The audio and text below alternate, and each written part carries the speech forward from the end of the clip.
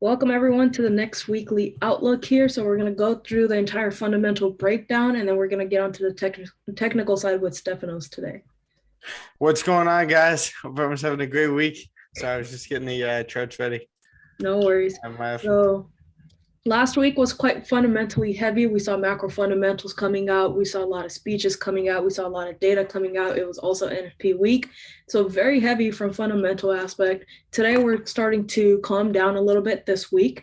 And so there are certain key dates that we want to be watching out for, which we'll get into in the economic calendar. But let's do a quick overview of what's happening with central banks now from all the speeches that happened last week and everything that has been developing over the weekend, and what can we expect with new data coming into December, and also new meetings that will be happening with the Federal Reserve, and even what is Bank of England and ECB trying to get ready for. So here's a quick breakdown. I found this a very helpful article, so if you guys want to go ahead and take a look at this as well. So it's all bullet points, but they give you a key rundown of what's going on overall. So Bank of England is preparing to halt its almost £9 billion quantitative easing program, leaving the future of what has become a controversial crisis fighting tool shrouded in doubt. So this is pretty much the same exact thing that's also happening in the Federal Reserve, right? So the second bullet point, same thing, where Powell is pivoting towards a quicker withdrawal of stimulus, paves the way for a more agile Federal Reserve in 2022. So now what's starting to happen is we're starting to see inflation playing a much bigger role than what they expected it would in almost every economy. And what's the biggest tool that central banks have fighting against inflation? Interest rates. But before you increase the interest rates, which is the sentiment that we did see the Bank of England trying to play with back in October when we saw that huge appreciation in the pound, is before you increase interest rates, you have to pull back money from the economy that you have already put in for the last almost 2 years now, right? Through a lot of different methods, through those stimulus checks, through those unemployment benefits that you're giving out. And in the UK, for example, paying for 80% of the salary while also helping the employees gain new skill sets, which they knew that people would need, right? And so they pretty much are helping with their labor market, but the lack of that happening in the US is kind of starting to show now with this gap between the actual labor market and people who are actually applying for the job, right? And it's because people aren't really applying for the previous jobs that they used to work at before the pandemic because they're trying to acquire new skills to get into new sectors, right? And so now we're going to start seeing a little bit of a shift into these monetary policies and even the speeches that will be coming out from the Federal Reserve officials and even the Bank of England officials when they're starting to move towards a little bit of more contractionary policies. Right now, we're still sitting in an accommodative stance where they're saying we need to continue adding more money, but now they're getting to the point where they're understanding that, hey, inflation is way too much, and there's no way that we can combat this if we continue to put more money in. Now everything is starting to become, the currencies are becoming cheaper and prices are increasing over time as well.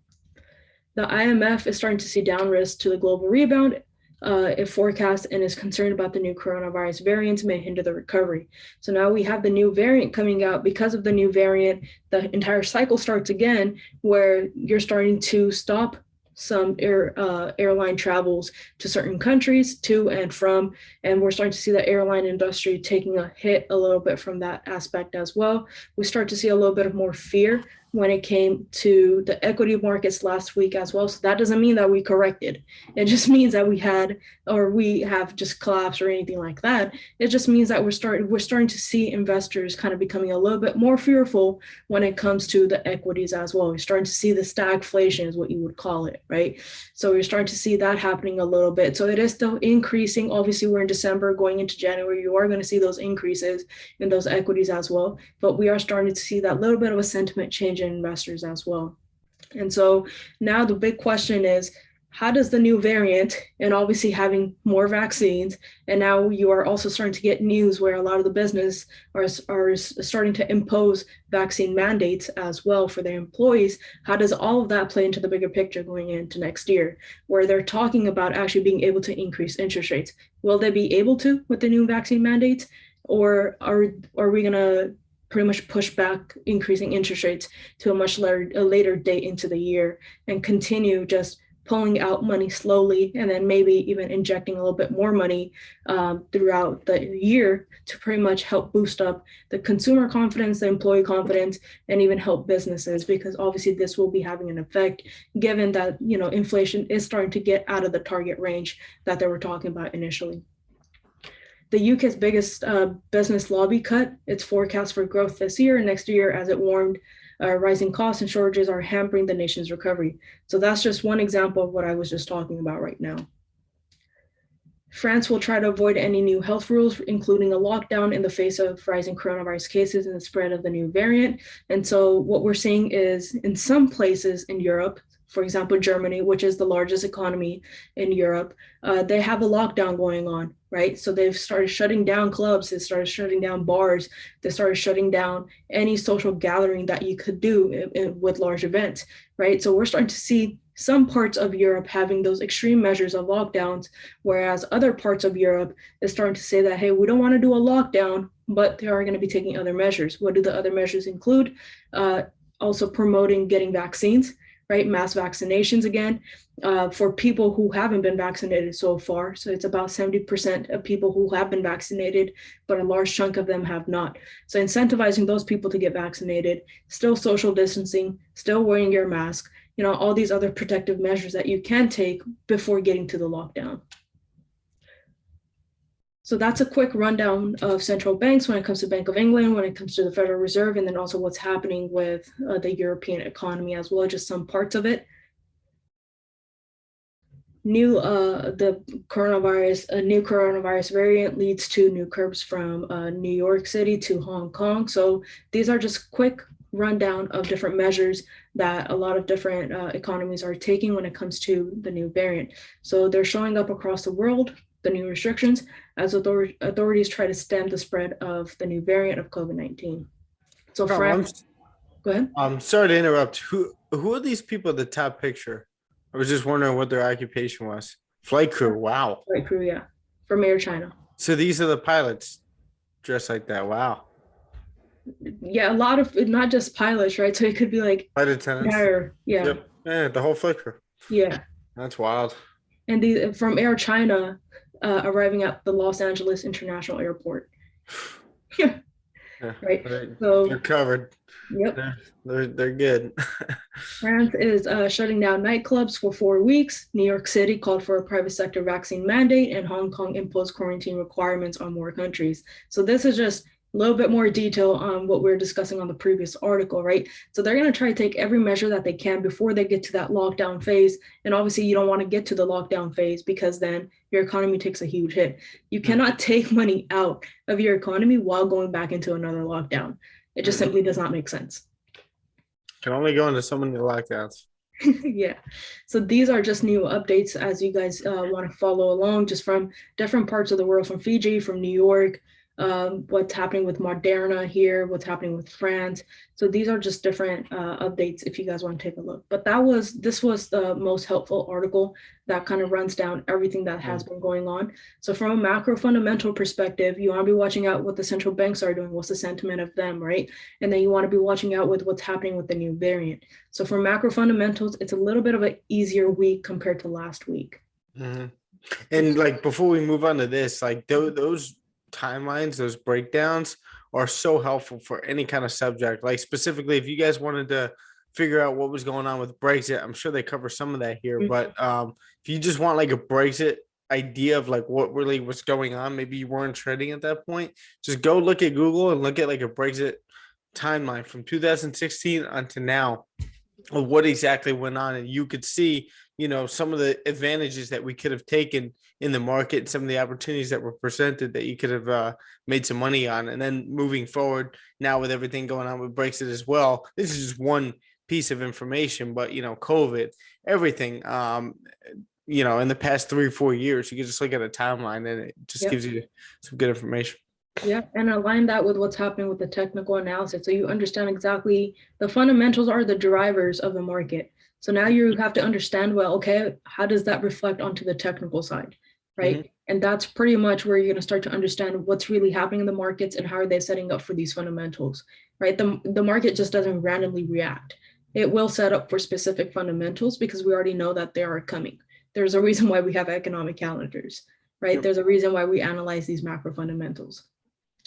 So getting onto the economic calendar side, we had a pretty easy opening to the week, right? So not too much happening. You have the NPC member speaking. And then if you're trading the Aussie, then you have the interest rates from there coming out as well. But other than that, pretty easy. And now when you go into London session, that's where you have the economic sentiment coming out from the Euro and the German economic sentiment. So you want to take a look at what kind of data are they using. So this is on the second or third Tuesday of the current month, right? So you want to be paying attention to, well, what happened economically last month in Germany and what's happening right now. They were already getting ready for these lockdowns, right? You already had this new variant concerns that were kicking in. So these are some of the things that you can already start to expect. There's a reason why we have the forecast of the economic sentiment much lower than previous. So this is what you want to be watching out for if you're trading the Euro. After that, quite an easy session.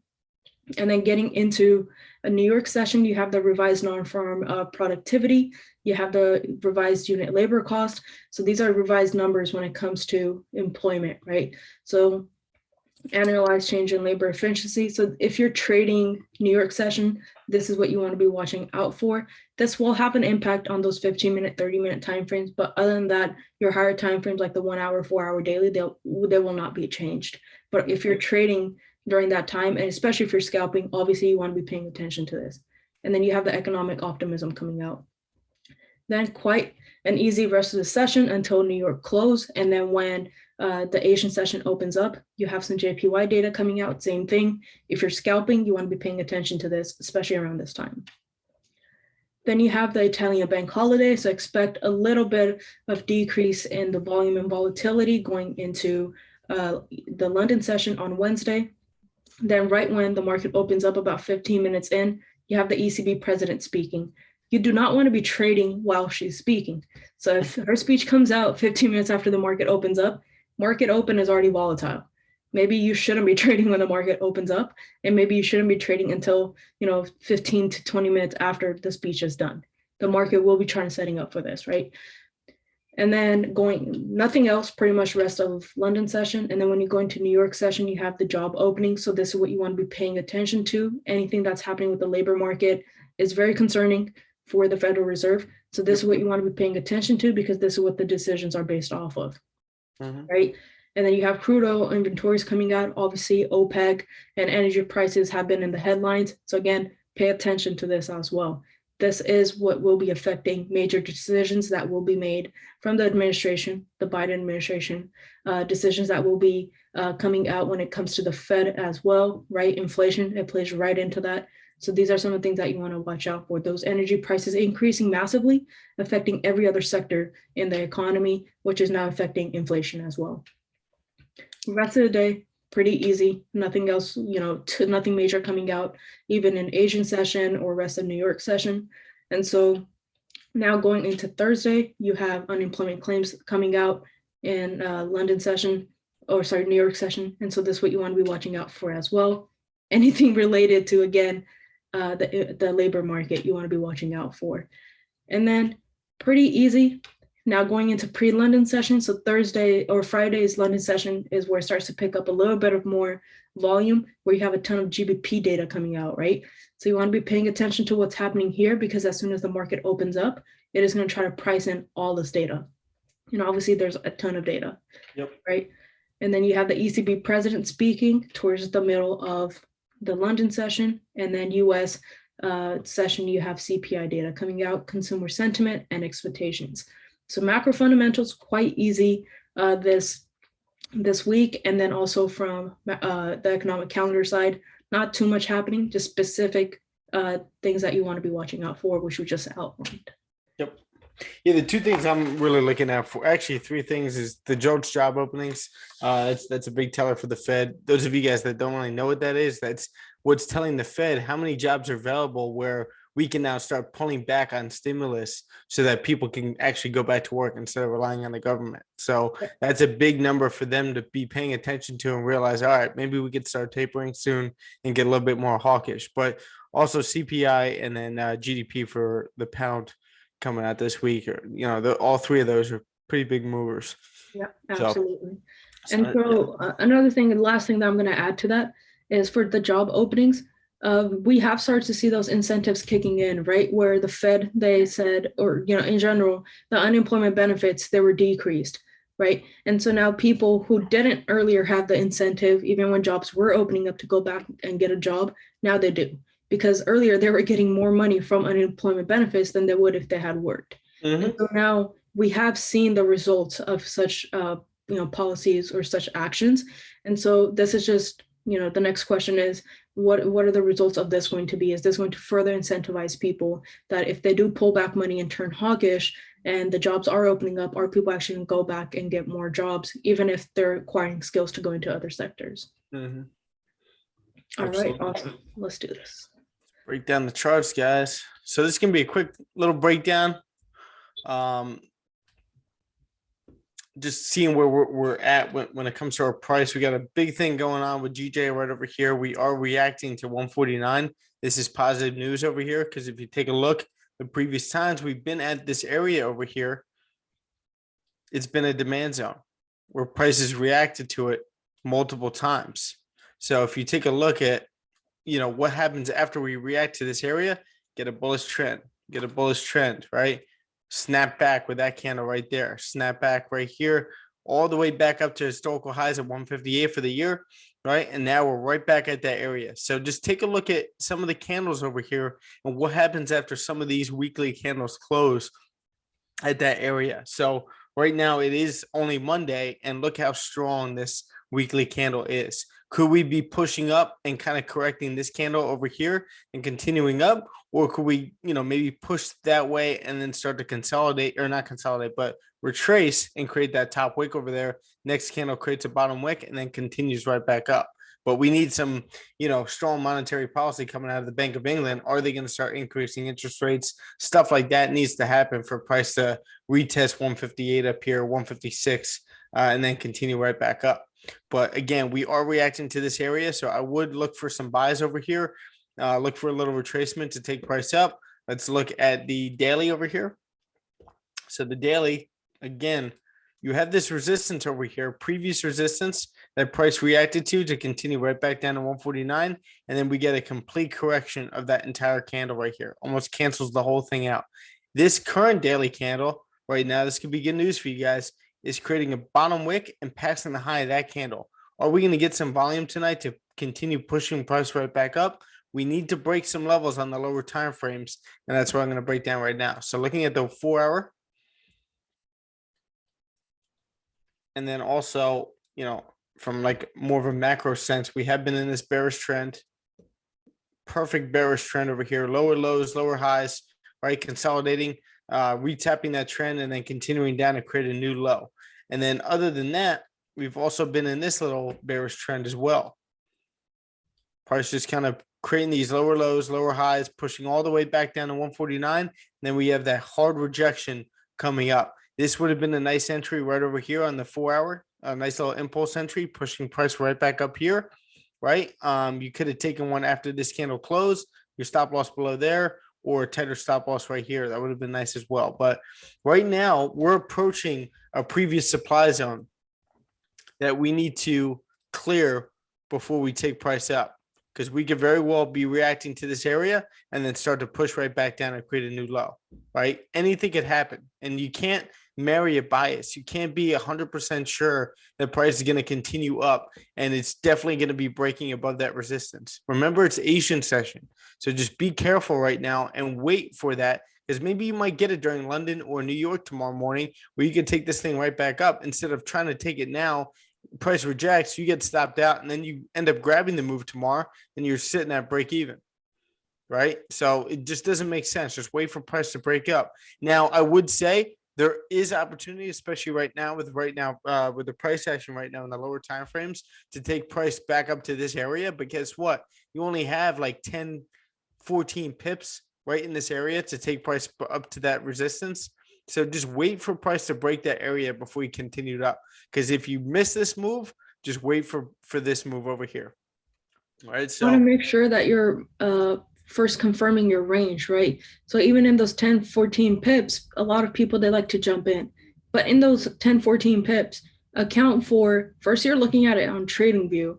If you were to hop over to your MetaTrader right now, obviously there's going to be a price change, right? There's obviously spread. So now how much do you actually have the room, right? And then in that you want to account for, well, what is your stop loss going to be like? What is your TP going to be like? Don't end up in one of those situations where you're just saying that I'm only going to end up taking 10 pips. But then as soon as you get into 5 pips or 6 pips, you increase your TP and start getting greedy. Yeah. That's how you will lose the trade. Understand the restrictions and limitations of your trade.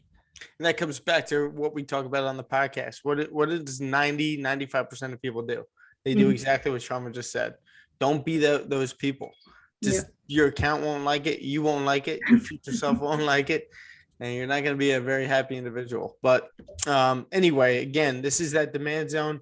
I was saying it's like 150, 700. I was talking to the group today that we need to break that area before we continue up. Is this a solid support right here that we formed? Absolutely. This is nice right over here, right? We created a high. We come down and retest this level, previous resistance, perfect price action, price pushing up over here. And now we're starting to break that trend, right? Right over here. This trend that I marked off over here. Let's actually adjust this. Doesn't have to be perfect, but we're starting to break over here and hold support right in this key area. This is a key area right there. So could price continue up? I absolutely think so. We just need to wait for it to actually do so instead of getting antsy and trying to just jump in.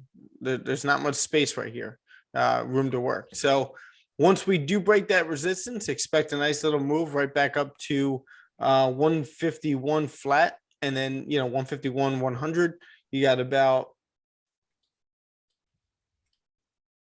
35 pips in here that you could be taking this move right here. So it's nice and clean. Also approaching the 200 EMA over here as well. So that might be a nice little key area that you can expect price to jump up to. But again, we just need to clear this area over here. 30 minute, we did end up closing above this resistance. And we got a little retest with this wick right over here where this candle closed bullish. Could we be coming down to hold support and continue right back up? Again, just so you guys could see it, you only have about 12 pips right there. If you guys are scalpers only looking for 10 pips, is it really realistic to grab 10 right in here? Probably not. You might be able to grab 6, 7. And then when you have the spread during Asian around 2 pips, is it worth taking that trade? No, just wait. But with that being said, I wouldn't take any sells on GJ until we break market structure over here, right? Till we break this support, wait for that retest, and you can take price right back down to this area over here. Again, price could do anything, and you got to be prepared for anything as well. And you got to be fluid in the market, as Raquel would say, or any of them. So just wait for price to do what it does, have a plan, and then stick to that plan and see what ends up happening. Having that backup plan, that second bias that you can capitalize on. But I could see price kind of ranging in here for a little bit, tapping into this area, maybe breaking back into the zone a little bit, grabbing liquidity before tomorrow. And then we get some volume to push us right back through this resistance and continue up. We could also, we made this move up. We could consolidate a little bit until GDP later in the week. And then we could make that move above this resistance and continue right back up. And remember how big the weekly candle is already on a Monday. So, it can only really be so big. So you just got to be prepared for anything. Moving over here into gold, another quick breakdown. Before you move on to gold real quick, even for GJ, you want to make sure you're confirming with higher time frames. So on those 30-minute time frames and all of that, we're closing above, right? Which is like you're getting some good hints of where price may be headed. But make sure you're checking with those 4 hours, 1 hour time frames where the level that price just consolidated in on the 1 hour time frame, or rather what it's in right now. I'm gonna annotate here real quick. These are all areas of consolidation, right? If you look to the left, you're probably going to end up seeing more areas of consolidation. You want to make sure that you're waiting for clear breaks out of these areas prior to looking to entry. If you are scalping in this, then make sure you understand that we have seen price bounce off of this right here, right? You have proof right there, right? If price were reversed back down, maybe this is all your trade's going to end up being. Right, somewhere here, right into this range. So make sure you understand, again, the limitations and the restrictions of your trade. If you're looking for a scalp, narrow in into your price action. If price, the zones that Stefnos has made here, you have your clean buy opportunities up top here for quick scalps, but understand this is all you may end up getting, or even sells. This is all you may end up getting. Yep.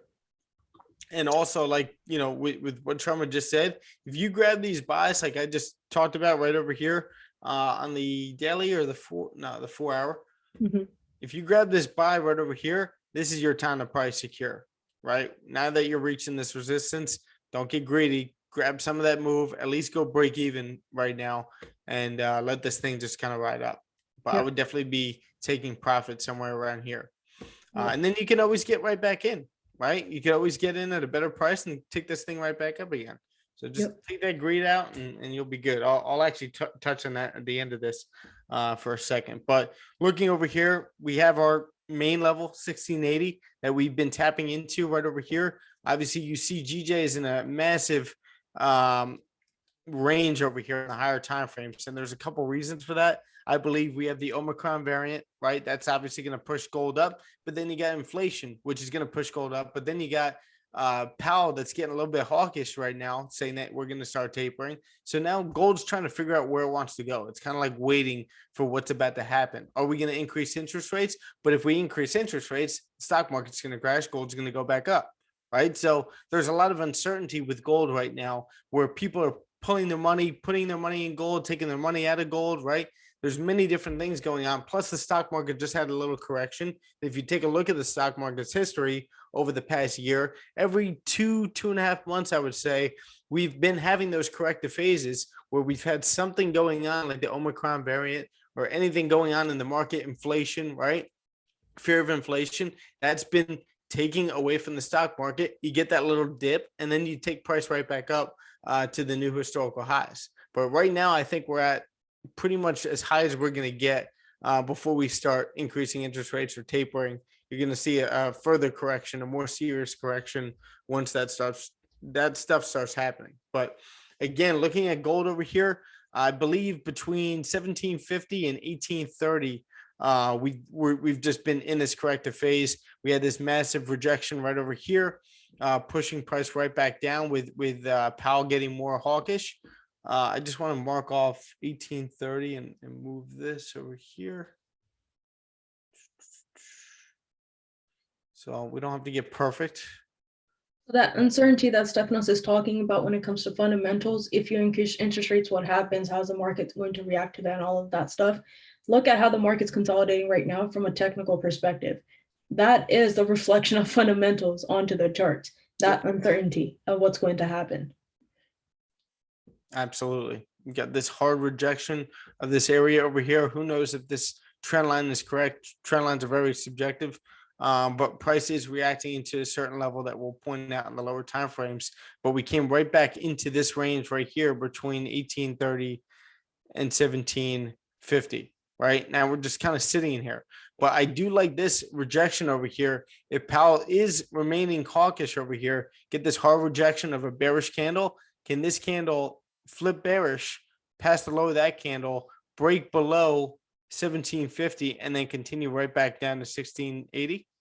I mean, it could happen. You just got to wait for certain things to happen on lower time frames, and more importantly, the fundamentals on the back end. Looking over here at the weekly, these candles are starting to get a little bit weaker, right? We had that hard rejection, strong bearish candle correcting most of this move, and now this candle is starting to get a little bit weaker, this previous weekly candle. This current weekly candle, there's a little indecision right over here. We are also reacting to a certain level somewhere in here where price is wicked into multiple times. So we got to see what that looks like on the lower time frames. But price is starting to range in here. And this is, if you guys remember me talking about it, I stayed away from this range for a couple of weeks, right? When price is just sitting in here. And obviously we're on a bullish trend, but at the same time, it was just very messy, especially in these lower time frames. It's just not worth it. So now, so far, we're holding support at this demand zone. We have this support right here where price is holding, right? The last time we were in this area over here, you had price react to this area and start to push up. right? We came right back down to retest that area. We pushed right back up. Now we're sitting right here with a strong bullish canceling candle right over here, like an engulfing candle, very strong daily candle as well from this area. So are we going to continue up from here? Are we going to hold the support right here to continue to drive up, fill some of these wicks? Or are we just going to consolidate in here and wait for CPI, and then maybe CPI comes out better than expected, or we see where we're at right here, and then it just kind of breaks out of this range. But right in here, it's a little messy. Like, let's look at the lower time frames.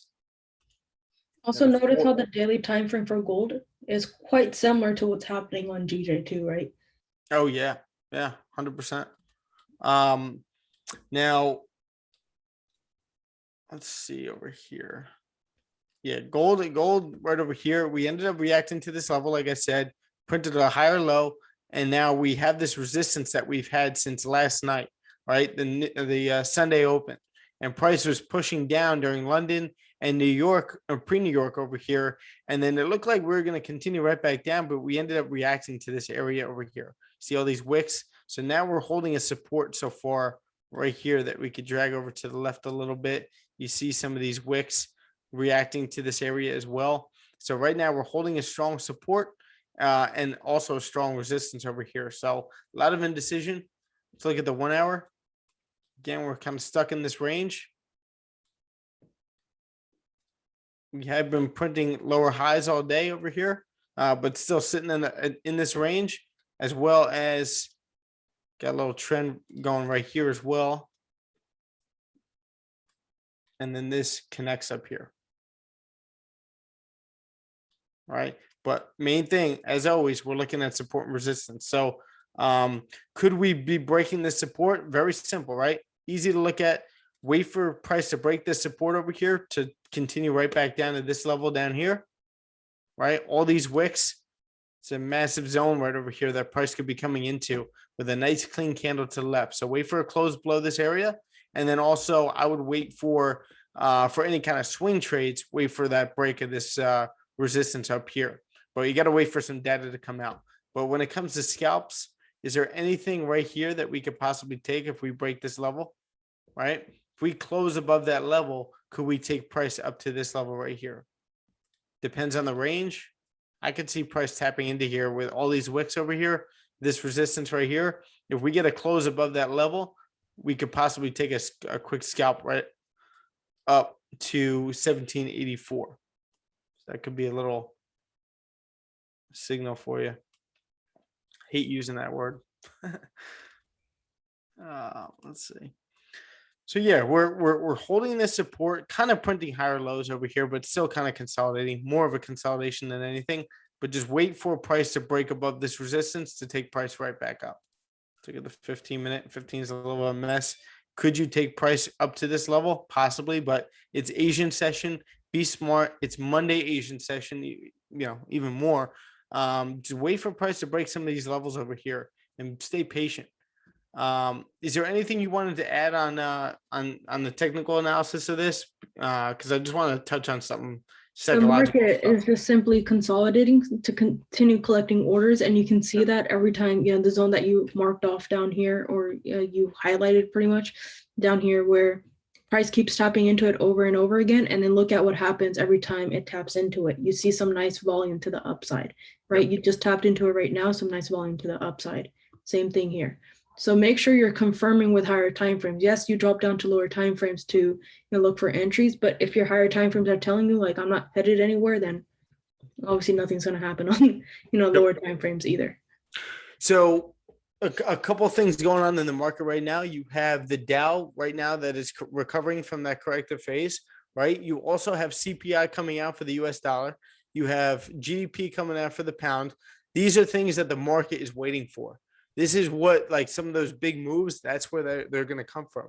And that's why fundamentals are so important. But with that being said, I want you guys to focus this week on managing risk as much as you possibly can. Because if there is any key, I was actually just talking to somebody in the group about this today. And we actually, if you go back and watch the live session from today with our group, you'll see exactly how we manage risk on gold today perfectly, right? So the number one key, if there's any key to success in this game, it's risk management and keeping your losses small. It's normally what takes anybody from a break-even trader to a massively profitable trader, and it's that click that anybody can get. So make sure that this whole week, focus on managing your risk and keeping your losses as small as possible. I don't want to say major or minor sign, but I want to say like you just have to stick to your rules. If you're trading on the 30-minute, the 15-minute closes in the opposite direction of the direction you want to go, just close the trade or close 50% of it, right? It's got to be a rule for you, and it's got to be a system that you're sticking to, or else you're not going to have any success. You're not going to see any success, because it's always just going to be a gamble. It's always just going to be you in the market just taking random trades. You do not want to be like that. So if you guys need any help with this at all, you can reach out to Sharma. You could always reach out to me. We'll always hop on a Zoom and help you guys out with that. I know Sharma, you opened your mentorship up for the month of December, I believe. So if you guys need any help with this at all, please reach out to us. That's why we do the podcast. That's why we do these breakdowns, to keep you guys in line and know exactly what to expect from the market. As long as you guys can manage your account successfully, you're going to see success with some of the guidance that we give you. But you got to reach out, and you got to actually take that initiative to hop on a Zoom with us, to ask us questions, to figure out like what we're doing right and what you guys are doing wrong that you could be doing better. Because there's always room for improvement. And as long as you have that mindset, you can see a lot of success. But you got to take that step. And the funny thing is that we're doing this for free. So we're not even charging you guys. Yeah. And we're doing the Zooms for free. Like I'm not, I don't charge you guys for Zooms. If I want to hop on a Zoom or you're going through any kind of issue, we're hopping on. And if you want to join the mentorship and you qualify, all the power to you. Let's go. But it's all this stuff is free. And it's such an advantage. And there's other people on YouTube doing it too, right? It all depends on who you're comfortable getting your information from. And I like to think that we make it pretty comfortable for you. But whatever floats your boat, just make sure that you have this outlet that you can reach out to us, because I know there's a lot of you struggling, that you can come to us for help, and we'll be there every single step of the way. So with that, guys, have a great week. Sharma, if you have any that's about it. You covered it. I mean, no one did it for us. That's why we're here doing it for you guys, right? That's the main reason we're doing this, because no one else did it. So So have a great week, everyone. And like Stefano said, manage your risk. You're coming into December, you're getting into holiday, you're going to see holiday season, and you are going to see volatility in the market. That doesn't mean that there aren't moves. There are moves, but again, understand how far is your move going to go. And if you want a big move, then what levels need to be broken? That's what these breakdowns are for, right? So if you guys have any questions, you can comment below, or you can reach out to either of us, and we'd be happy to, get on calls, answer questions, do whatever we can to help you to the best of our ability. But again, it comes down to taking the initiative. One more quick thing. Keep this in mind whenever you're trading. It's logic over emotion, and it's capital preservation over capital appreciation. That's it. If there's any key or anything that you're going to say to yourself that's going to snap for you, it's that. So just keep those things in mind. Write that down. Keep that on your desk whenever you're about to take a trade. Logic over emotion, capital preservation over capital appreciation. That's 100%. All right, guys.